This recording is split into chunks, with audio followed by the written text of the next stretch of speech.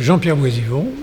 J'ai été président du comité d'organisation des expositions du travail Les meilleurs ouvriers de France. Je n'aime pas trop ce COET. C'est le comité d'organisation des expositions du travail. Et j'ai été président de 1993 à 2008 et j'ai succédé donc au père de Jean-Pierre Raffarin, Jean Raffarin, qui a été président pendant de 82 à 93. Donc. Alors justement, dans quelles conditions, après la carrière que vous avez eue, brillante, dans quelles conditions vous êtes devenu président de cette association ? D'abord, j'ai été surpris, puisque le conseil d'administration est venu me chercher, en quelque sorte. Alors, la raison, c'est que j'avais moi-même fait un passage au ministère de l'Éducation nationale, puisque moins long et moins brillant que celui de Christian Forestier, mais j'avais créé, à la demande de René Monory, lorsqu'il était ministre de l'Éducation nationale, la direction de l'évaluation et de la prospective. Donc j'étais assez connu dans le milieu, et à cette époque-là, j'étais directeur général de l'ESSEC. Donc le conseil d'administration est venu me chercher parce que j'étais connu dans les milieux de l'enseignement, et moi-même j'ai dit oui, après un moment d'étonnement, un moment d'interrogation, j'ai dit oui parce que je me suis dit finalement l'ESSEC et les meilleurs ouvriers de France, au gros, c'est la même chose, c'est l'excellence. Et quand mes professeurs à l'ESSEC m'ont manifesté leur étonnement de me voir prendre en charge les meilleurs ouvriers de France, je leur ai dit, non, il n'y a pas à s'étonner, on est au même niveau. Quand on est nommé président, quelle première mesure prend-on pour marquer en fait son empreinte en fait dans l'association ? Eh bien, en ce qui me concerne, deux mesures. Toutes les deux d'ailleurs importantes, l'une de fond, comme Jean Raffarin, qui était très malade, n'exerçait plus réellement les fonctions de président, une certaine dérive s'était installée. Et mon premier réflexe a été de chercher un secrétaire général pour me seconder, et j'ai trouvé en Jean Ferrier un garçon extrêmement organisé, extrêmement rigoureux, et qui en quelques mois a remis de l'ordre. Puis la deuxième, c'est important aussi, j'étais président depuis quelques heures, j'étais dans le bureau des meilleurs ouvriers de France, le téléphone sonne, ici, Paul Bocuse. Vous voyez, ce qu'est Paul Bocuse, c'est qu'il incarnait. Et il m'engueule. Et je me dis, si je me laisse engueuler par Paul Bocuse, je rentre à l'ESSEC et j'abandonne les meilleurs ouvriers de France. Donc, je l'engueule aussi. Et on raccroche tous les deux. 5 minutes plus tard, le téléphone sonne, Bocuse, président, vous savez, je suis sous Paulet, etc. Venez donc à Collonges, qu'on fasse connaissance. Je suis allé à Collonges, où j'ai très bien déjeuné, et j'ai découvert un homme d'une qualité exceptionnelle, d'une générosité. Et un jour, je lui ai dit, Paul, vous êtes un homme qu'on aimerait avoir pour grand-père. Alors, et si j'avais molli devant Bocuse, c'était terminé. Alors on dit aussi que vous avez élargi les catégories représentées pour le concours. Donc ça c'est important parce que expliquez-nous dans quelle mesure ça s'est produit. Vous savez, le concours était très présent dans l'industrie, je dirais jusqu'à la fin des années 60, le début des années 70. Et puis, progressivement, il en est sorti. Pourquoi ? Parce que l'industrie s'est robotisée et aujourd'hui, une machine à commande numérique fait mieux que le meilleur des ajusteurs. Et donc, il s'est trouvé progressivement replié sur l'artisanat et là, nous nous sommes aperçus qu'il y avait des trous dans la raquette. Et donc, nous avons créé un certain nombre de concours dans des métiers où ils n'existaient pas, alors même que ces métiers étaient anciens et de tradition. Et Bérengère m'a aidé à faire le point. En fait, nous avons créé, quand j'étais président, 7 concours nouveaux, par exemple dans les métiers de bouche, fromager, poissonnier et caillé, dans la classe restauration, sommelier, qui n'existait pas, maître d'hôtel, les gouvernantes d'étage, vous savez, aller dans les grands palaces, aller au Bristol, aller au Meurice, la gouvernante d'étage est le pivot du bon fonctionnement d'un grand hôtel, facteur d'orgue. Et là, ça a été, grâce à mon deuxième secrétaire général, Jacques Thierry, ça a été quelque chose d'assez intéressant. Pourquoi ? Parce que les candidats au concours ont fait leur œuvre en réel. Ils venaient d'obtenir le contrat de fabrication de l'orgue de la cathédrale de Hanovre, en Allemagne, et c'est sur ce qu'ils ont réalisé, grandeur nature en quelque sorte, qu'ils ont obtenu leur diplôme de meilleur ouvrier de France. Quel conseil vous donneriez à quelqu'un qui veut passer le concours, un jeune qui se dit qu'il a du temps pour le passer, en sachant qu'il faut qu'il soit encadré et qu'il fasse des sacrifices? Je dirais 2 choses. Je dirais que d'abord, dans l'exercice, je dirais, pur et dur de son métier, il sache que ce n'est pas une petite affaire et qu'il faut être prêt à beaucoup de sacrifices personnels, notamment tout simplement dans sa vie de famille. Tous les candidats au titre meilleur ouvrier de France sont des gens qui sont au travail. Or, on estimait, à l'époque ça n'a pas dû beaucoup changer, on estimait que pour ceux qui réalisaient une œuvre, un chef-d'œuvre, c'était en gros 1000 à 1500 heures de travail, et que ceux qui passaient le concours à travers des épreuves en loge, comme la cuisine par exemple, le temps de préparation n'était pas loin de représenter le même nombre d'heures. Songez que 1200, 1500 heures, c'est en gros le temps de travail d'une année d'un salarié français. Et que ça, c'est réalisé par quelqu'un qui a son métier. Et la deuxième chose, et ça marque une évolution des concours, la culture générale, non pas la culture générale telle qu'on l'entend habituellement, la culture générale professionnelle a pris une importance croissante. Et aujourd'hui, dans une certaine mesure, on ne peut plus dire que le meilleur ouvrier de France, c'est le travail manuel pur et dur. Meilleur ouvrier de France, c'est une activité dans laquelle la main continue à jouer un rôle important, significatif, mais ça ne suffit pas. Vous ne pouvez pas devenir meilleur ouvrier de France aujourd'hui si vous n'avez pas aussi tout cet environnement de culture générale à propos de votre métier.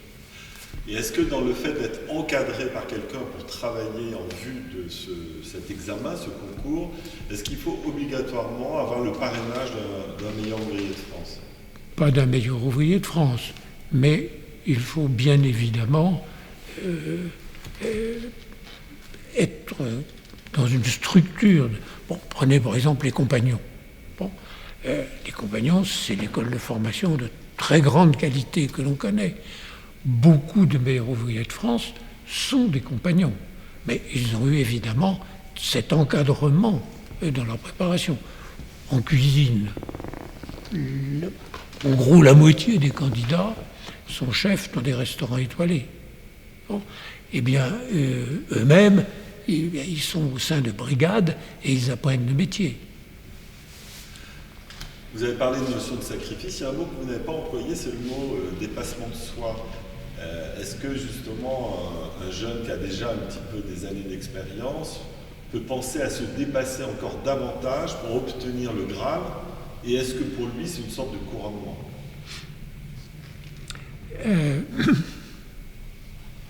Christian Forestier s'est livré au même exercice. Moi, je l'ai fait 5 fois, puisque j'ai été président de 5 concours. Et donc, j'étais à la grande réception à l'Élysée, mise en place par Albert Lebrun, et à laquelle, d'ailleurs, aucun président de la République n'a fait défaut.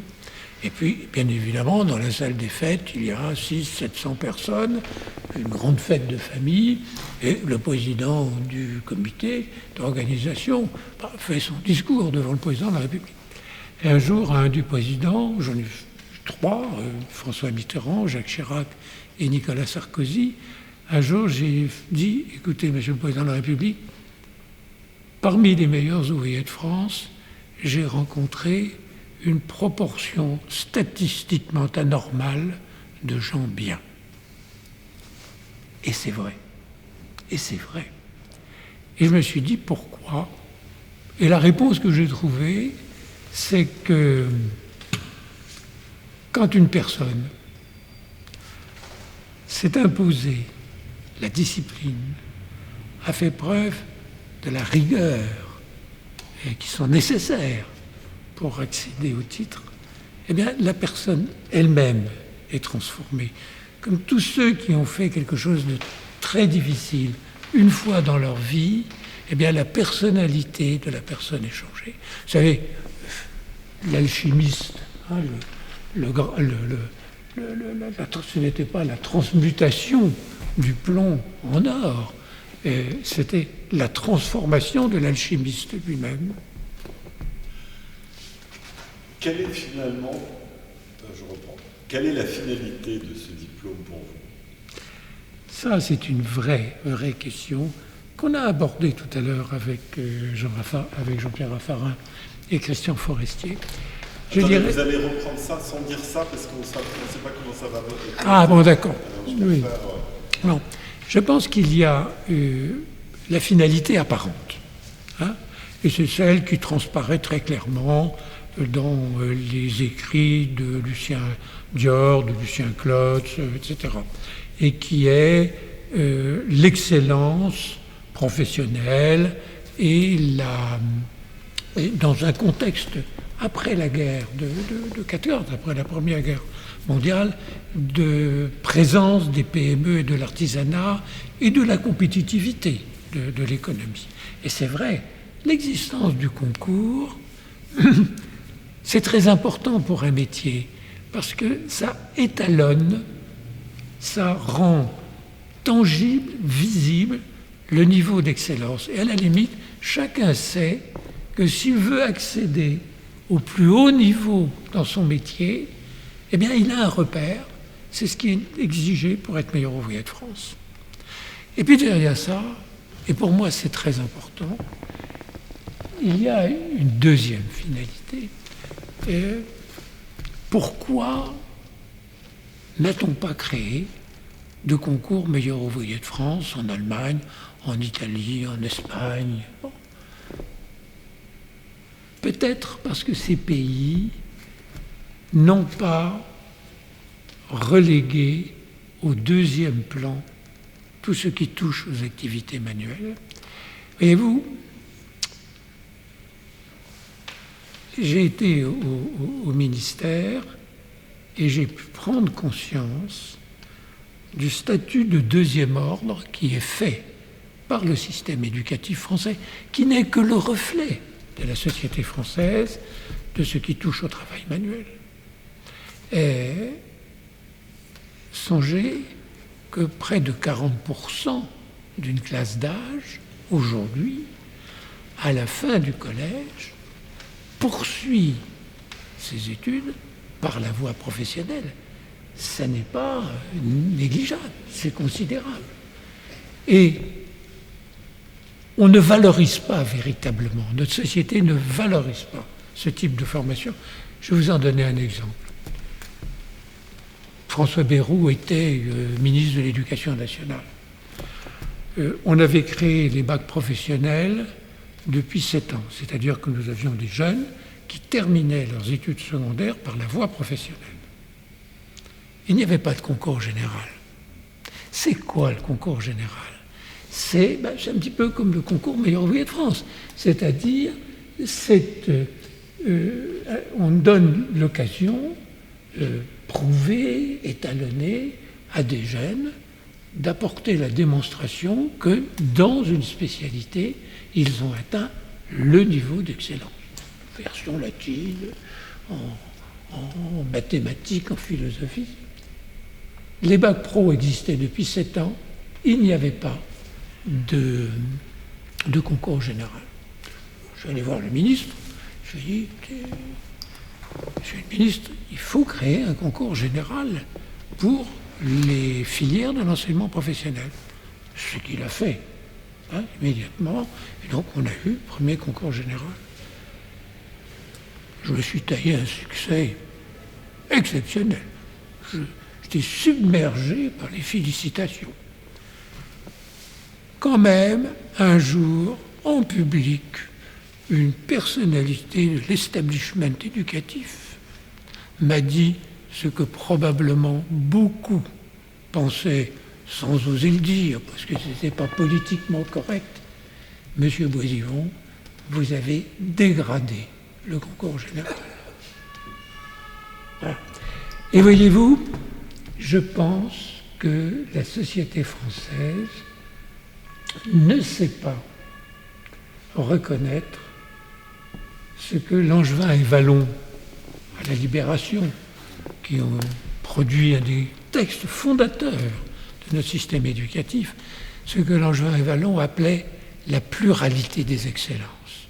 Et ils ajoutaient une société qui ne reconnaît pas la pluralité des excellences s'interdit de rentrer totalement dans la modernité.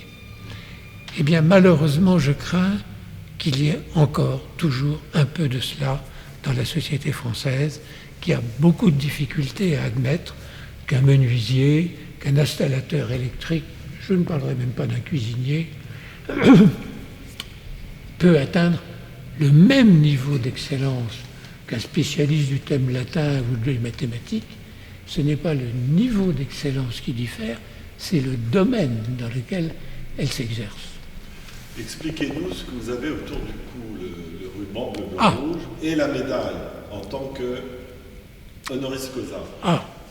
Quand même, on a le droit dans la vie d'être fier d'un certain nombre de choses. Bon. Et c'est d'ailleurs Jean-Pierre Raffarin qui m'a fait meilleur ouvrier de France, honoris causa. Je suis pleinement satisfait, je n'ai qu'un regret, c'est honoris causa. J'aurais préféré, évidemment, que ce soit parce que j'aurais démontré mon excellence dans une activité. Est-ce que, je vais vous poser une question qui va vous paraître peut-être bizarre, mais est-ce que dans la rénovation de Notre-Dame de Paris, il y a des meilleurs ouvriers de France qui ont été recrutés dans certaines disciplines? Écoutez, d'abord, il y a des entreprises, parce que dans Notre-Dame de Paris, on n'intervient pas sur le chantier à titre personnel. C'est parce qu'on appartient à une entreprise qui a été sélectionnée. Il y a des entreprises où vous avez une ossature de meilleurs ouvriers de France. Prenez par exemple tout ce qui est la couverture de monuments historiques. Les couvertures en cuivre, les couvertures en plomb, etc. La dorure en feuilles d'or, vous voyez, quand on arrive place de la Concorde et qu'on voit le dôme des Invalides là-bas au bout, avec c'est des meilleurs ouvriers de France.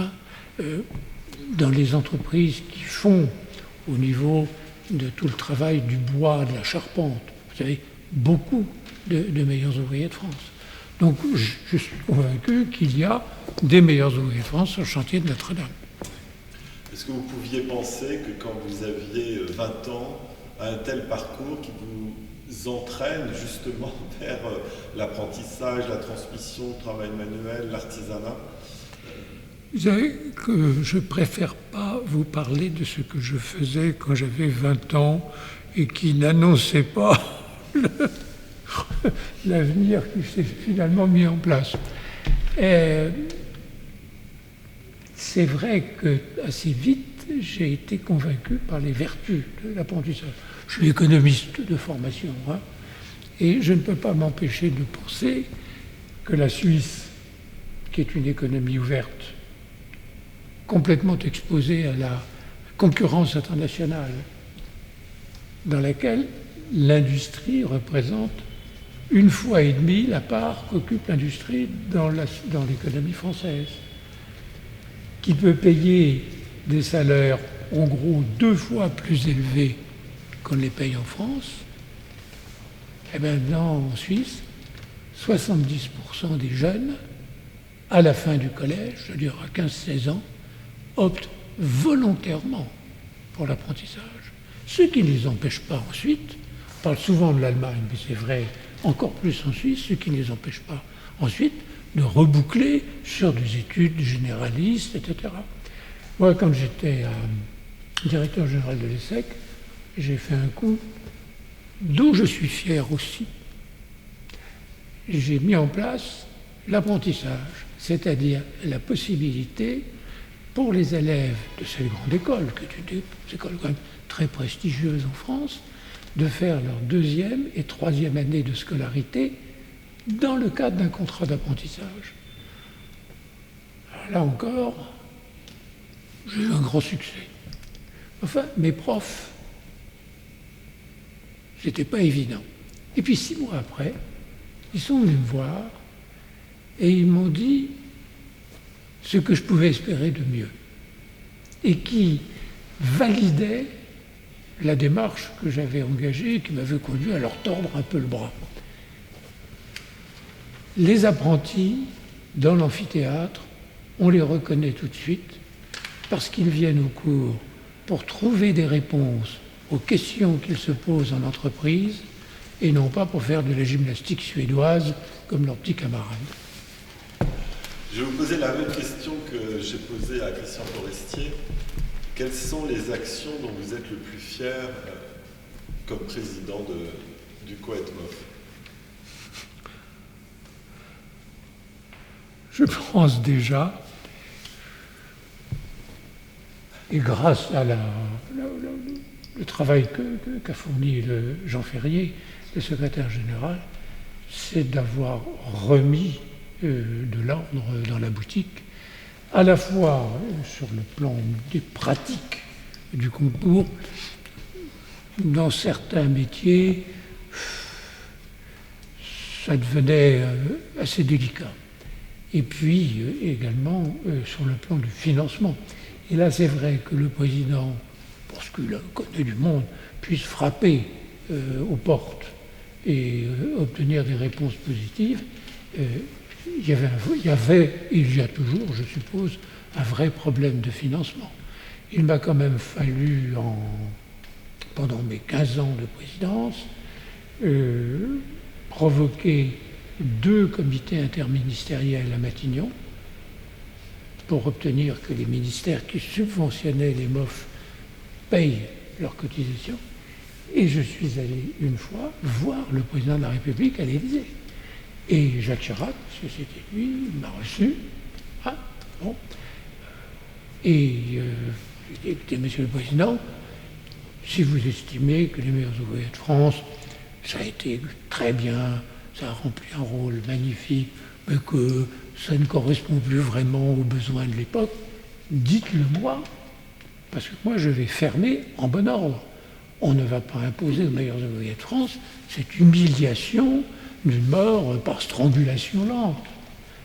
Comment, évidemment, je jouais sur du velours, mais comment, Monsieur le Président, il n'en est pas question. Et il appelle son directeur de cabinet, Landrieux, appelez-moi tout de suite, Gérard Longuet, et je crois que le ministère du Travail, c'est que ça devait peut-être plus rapide. Bon. Et il les appelle devant moi, et bien 6 mois après, on n'était toujours pas payé. Bon. Et j'ai vécu 15 ans où j'ai consacré 25%, 30% de mon temps à essayer de faire payer par les ministères. Et ça aussi, ça traduit quand même une certaine réalité du fonctionnement de l'État en France.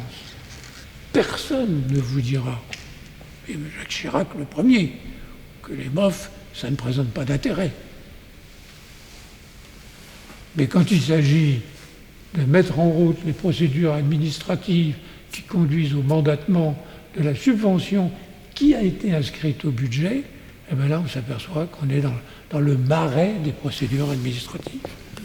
Les 3 présidents qui ont été en exercice pendant le vôtre ont tous été motivés par la volonté de faire pérenniser le COETMOF. Alors moi, en fait, nous sommes croisés avec François Mitterrand, puisque c'est le premier concours, mais je venais d'arriver, et puis il était déjà malade. Bon. Chirac était incroyablement allant.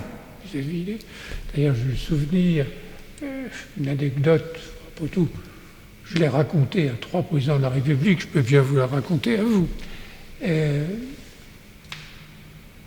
Je faisais mon discours, donc je commence, Monsieur le Président de la République, vous l'ignorez probablement, mais nous avons quelque chose en commun. Ah, je vois l'œil de Chirac qui s'allume, petite étincelle. Oui, Monsieur le Président de la République, nous avons un même prédécesseur. Alors là, ses épaules s'affaissent. Et je lui raconte l'histoire d'Herbert Lebrun, sénateur, président du MOF, élu président de la République, et qui instaure cette tradition respectée par tous les présidents de la République de recevoir les lauréats du concours à l'Élysée. Eh bien, je ne me souviens plus quelle était votre question dans cette affaire. Non, mais je vous demandais ce dont vous étiez le plus fier. Oui. Oh, bon, le plus fier, je vous l'ai dit, c'était remettre de l'ordre. Vous savez, Christian Forestier a trouvé, en arrivant, peut-être même plus grave, la situation que j'ai trouvée 15 ans auparavant. Bon. Il y avait eu un intermède de 5 ans entre la fin de mon mandat et le début du sien, et il s'était passé beaucoup de choses qui menaçaient gravement, c'était même un péril existentiel pour les maisons de France. Quand j'ai pris conscience de cela, je me suis senti d'autant plus concerné que c'était moi qui avais recommandé le président en question. Donc je suis allé voir le ministre, qui était Luc Châtel, que je connaissais bien, et je lui ai dit, Luc, il faut absolument... et c'est là qu'a été décidée cette mission d'inspection, et c'est là aussi où le ministre m'a dit, ben, non, qui pourrait être capable de reprendre ça en main? Je lui ai dit, moi, j'en connais un, s'il a été d'accord.